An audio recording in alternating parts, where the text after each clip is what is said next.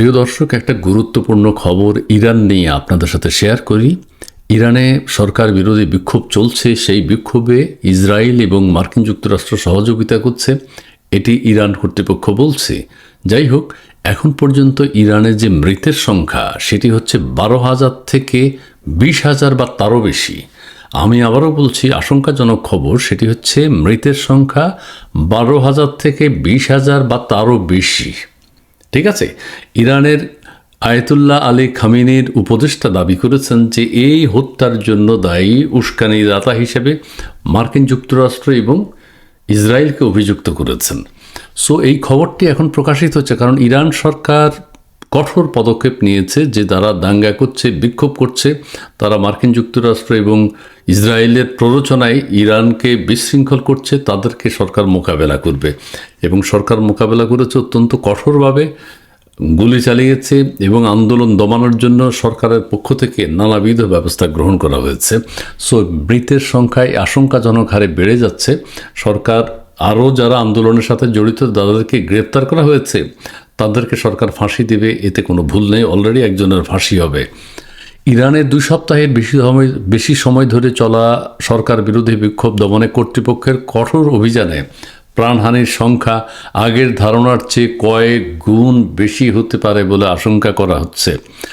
বাংলাদেশ সরকার বিগত 24-এর আন্দোলনে এই ধরনের কোনো ব্যবস্থা নেয়নি। ঠিক আছে, মঙ্গলবার 13 জানুয়ারি আন্তর্জাতিক সংবাদ মাধ্যম সিবিএস নিউজ এক প্রতিবেদনে জানিয়েছে, বিক্ষোভ দমনে নিরাপত্তা বাহিনীর অভিযানে এই পর্যন্ত 12,000 থেকে 20,000 মানুষ নিহত হয়ে থাকতে পারে।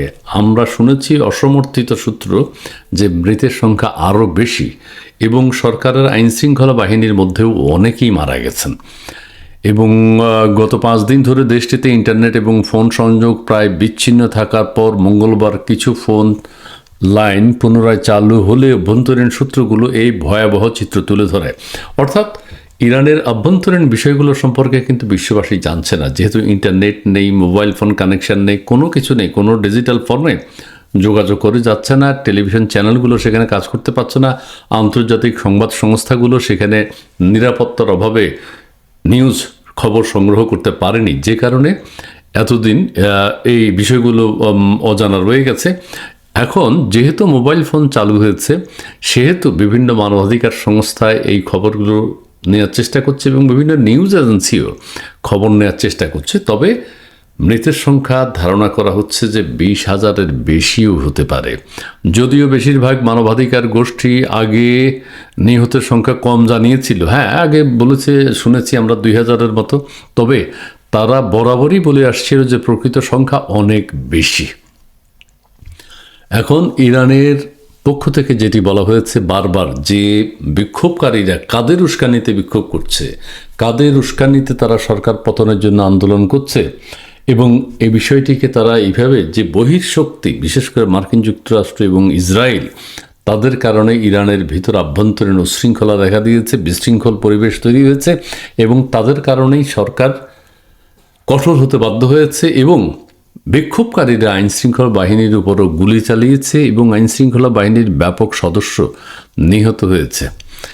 ঠিক আছে, তবে এই ব্রিটিশ পররাষ্ট্রমন্ত্রী ইভেন্ট কুপার মঙ্গলবার পার্লামেন্টে বলেছেন, তাদের ধারণা অনুযায়ী অন্তত 2,000 মানুষ নিহত হয়েছেন, তবে এই সংখ্যা উল্লেখযোগ্যভাবে বৃদ্ধি পাওয়ার আশঙ্কা রয়েছে। এটা হলো আগের খবর, 2,000। তবে তেহরানের উপকণ্ঠে একটি মর্গের শকিং এক ভিডিও সোশ্যাল মিডিয়ায় ভাইরাল হয়েছে, যা সিবিএস নিউজ যাচাই করে নিশ্চিত করেছে যে মৃতের সংখ্যা অনেক বেশি। 16 মিনিটের ওই ভিডিওতে অন্তত 366 থেকে 400টি লাশ স্তূপ করে রাখা হয়েছে।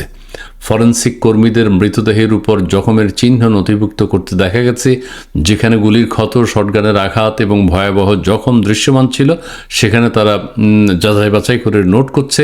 মর্গের ভিতরে ছড়িয়ে ছিটিয়ে থাকা রক্তাক্ত কাপড় এবং আহাজারি করা মানুষের ভিড় প্রমাণ দিচ্ছে যে নিহতের প্রকৃত সংখ্যা সরকারি খতিয়ানের চেয়ে অনেক গুণ বেশি।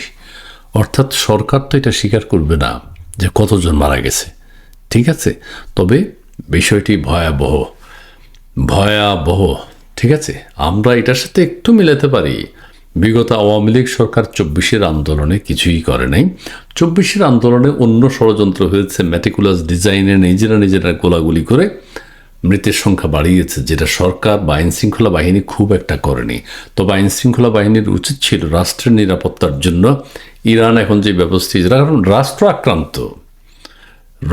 আক্রান্ত তো সরকার যতদিন আছে, সরকার তো সেফ সাইডে থাকার চেষ্টা করবে। সরকার যখন আক্রান্ত হয়, রাষ্ট্রের নিরাপত্তার জন্য আইনশৃঙ্খলা বাহিনী কঠোর অবস্থান নিতে বাধ্য হয়, ইরানে যেটা নিয়েছে।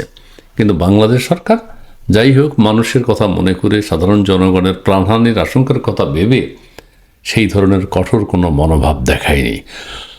তবে শেষ কথা হচ্ছে, ইরানে যারা নিহত হয়েছেন, আইনশৃঙ্খলা বাহিনী যারা নিহত হয়েছেন, তাদের প্রত্যেকের আত্মার শান্তি কামনা করে শেষ করছি। ধন্যবাদ।